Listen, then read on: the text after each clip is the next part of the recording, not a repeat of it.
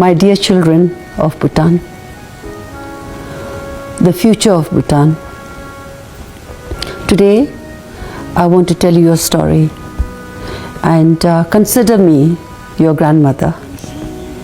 I want to tell you a story of the Great Fourth. The Great Fourth. And now, you may ask, why is he called the Great Fourth of Bhutan, of Drukyala country? I will try and explain to you the reasons why. This king, the Great Fourth, resigned from his throne once his son, your present king, was fully prepared to take on the responsibilities of being a king. And that was 19 years ago, almost 20 years ago. So that was a time most of you were not born. Now, let me start at the very beginning.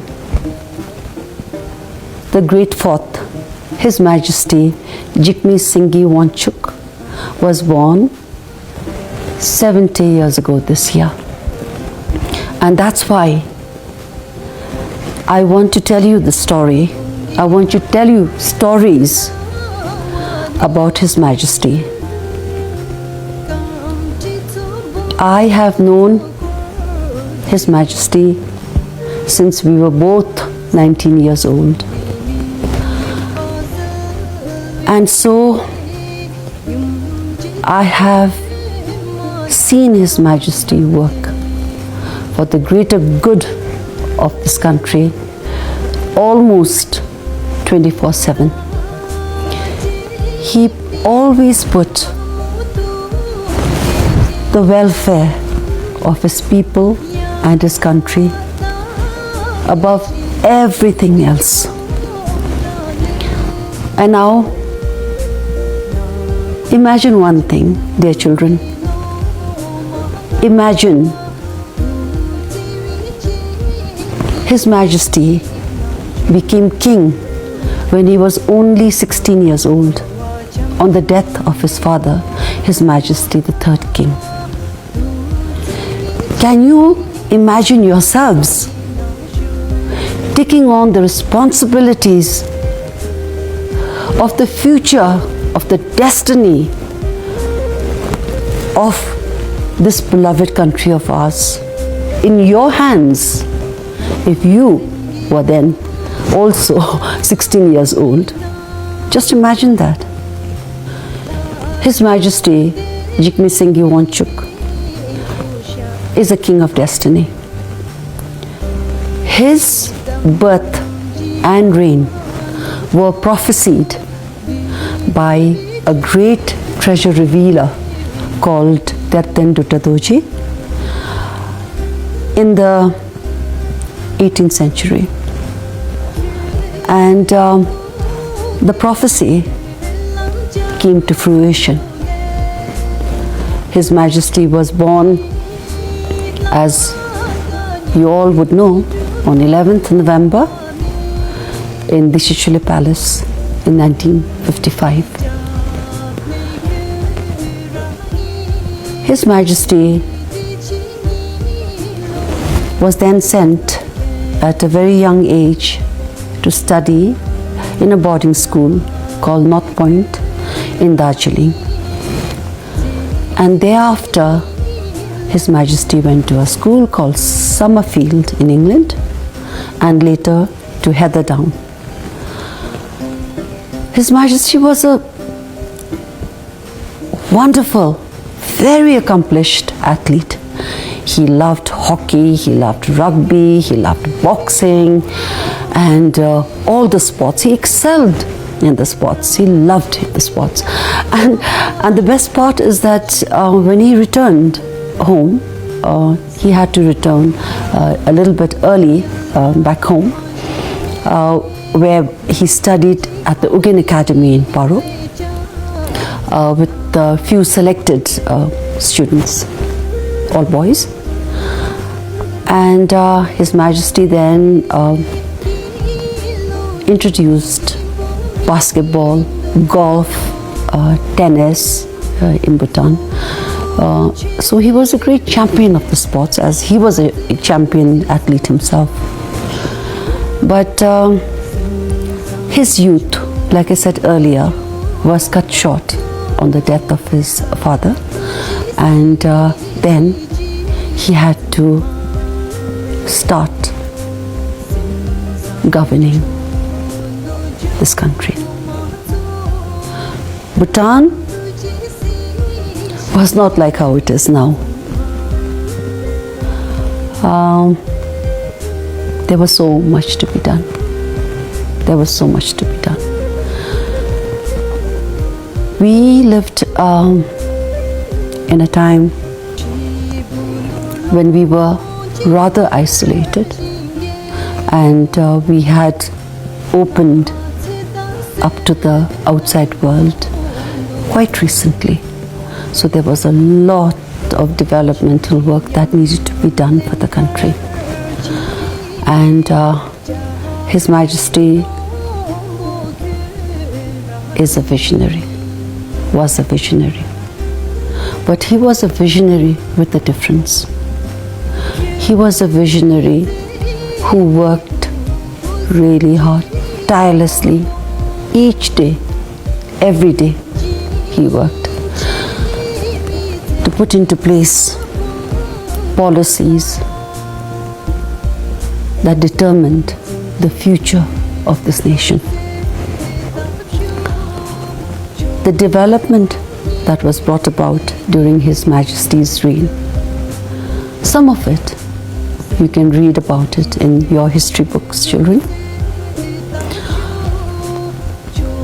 I think what is really important is that His Majesty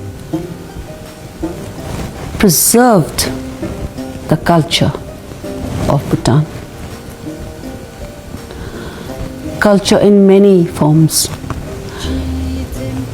In our wearing our national ko and kira, in our speaking our national language Tsongkha, in our respect, showing our respect and love for our spirituality and our way of life, taking pride in being Bhutanese. His Majesty laid great emphasis on that. And His Majesty thought about the happiness of the Bhutanese citizens. Citizens then, citizens now, and citizens, future citizens. His Majesty very early on propounded this way of life, the gross national happiness. When you put happiness at the center of development, when you think about happiness, well, it's really not happiness per se, but the level of contentment for the people of Bhutan. When you think about a holistic way of life, when you put in everything that is good for the people, good governance, His Majesty had already put that in place, the justice system, spirituality, and yes, the economy, which is very important. And then another very important aspect is our culture, like I said earlier, and the environment. His Majesty wanted to keep our country in a very, very environmentally healthy state for all time to come. And therefore, in the Constitution, the country has to remain 60% under forest cover for all time to come. And right now, we are a carbon negative country, with our country over 70% under forest cover.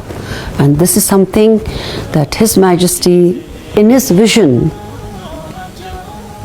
saw this, acted upon it a long time before the green word was in vogue. And His Majesty, in his coronation speech, spoke about self-reliance, that the people must join hands with the government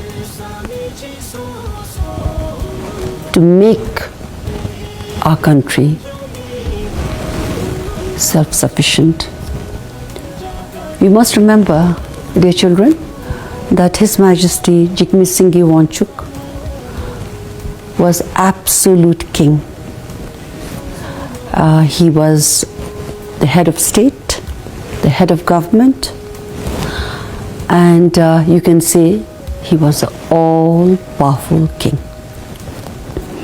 But now this king felt that introducing democracy in the country would be the best form of governance for Bhutan. And so he set about decentralizing the power from the capital to the districts, and then after that, first to the Dzongkhas, 10 years later to the Geus. And when he started decentralizing power from the center, it started in 1981. And then a decade later to the Geus. Then after that, His Majesty felt that now it was now time to take it to the Parliament and have ministers elected by the Parliament. So 5 ministers, whoever got the first vote, the most vote rather, who came out first, and second, third, fourth and fifth, they would take could take on the prime ministership for 1 year, and then a chance would be given to the next. So 5 ministers became prime ministers 1 year at a time for 5 years. This was preparing the leadership to rule. And then His Majesty then retired in 2006. So His Majesty decided that 3 historical milestones of Bhutan should be lumped up in 1 year to save costs and to celebrate. First was celebrating the 100 years of monarchy in Bhutan. The second was the introduction of democracy into Bhutan. And the third, and the most important one, was the coronation of our king, Jigme Kisa Namge Wangchuck, His Majesty, the 5th king, our king now. Well, I have to tell you that His Majesty, the 4th king, he had the constitution meetings in different parts of Bhutan. And my sisters and I and our children, we accompanied His Majesty to 10 districts when His Majesty gathered a member of each family of that district in a public meeting, where His Majesty then spoke about the introduction of democracy into Bhutan. And he explained that elected Prime Minister, who would then be the head of government for 5 years, and then after which they could vote for another party or the same party. It was in their hands to do so. And the people were very, very surprised, shocked actually, very shocked. And they got up begging His Majesty, we don't want another system. Please do not leave us. And His Majesty would listen very patiently to their pleas, but then very firmly tell them that this is the right time now, the right time. The country was at peace. Everything was just right. And the constitution will come into place, and you will vote the leader of your choice. 10 districts, like I said, we accompanied His Majesty. And this went on in every district. There was, all the people in our country they were so surprised, they were so shocked, they couldn't understand. And His Majesty again and again explained very patiently, and told them that democracy, even however flawed, is the best system of government. Thereafter, the other 20 districts, His Majesty, our current king, Pe Jigme Kisan Namgye Wangchuck, he conducted the next 10 meetings, concluding with 20 Tsongkhas. Now, which leader in the world gives up absolute power? Which leader in the world? I cannot think of any. No one with absolute power gives up power in the way the Great Fourth did.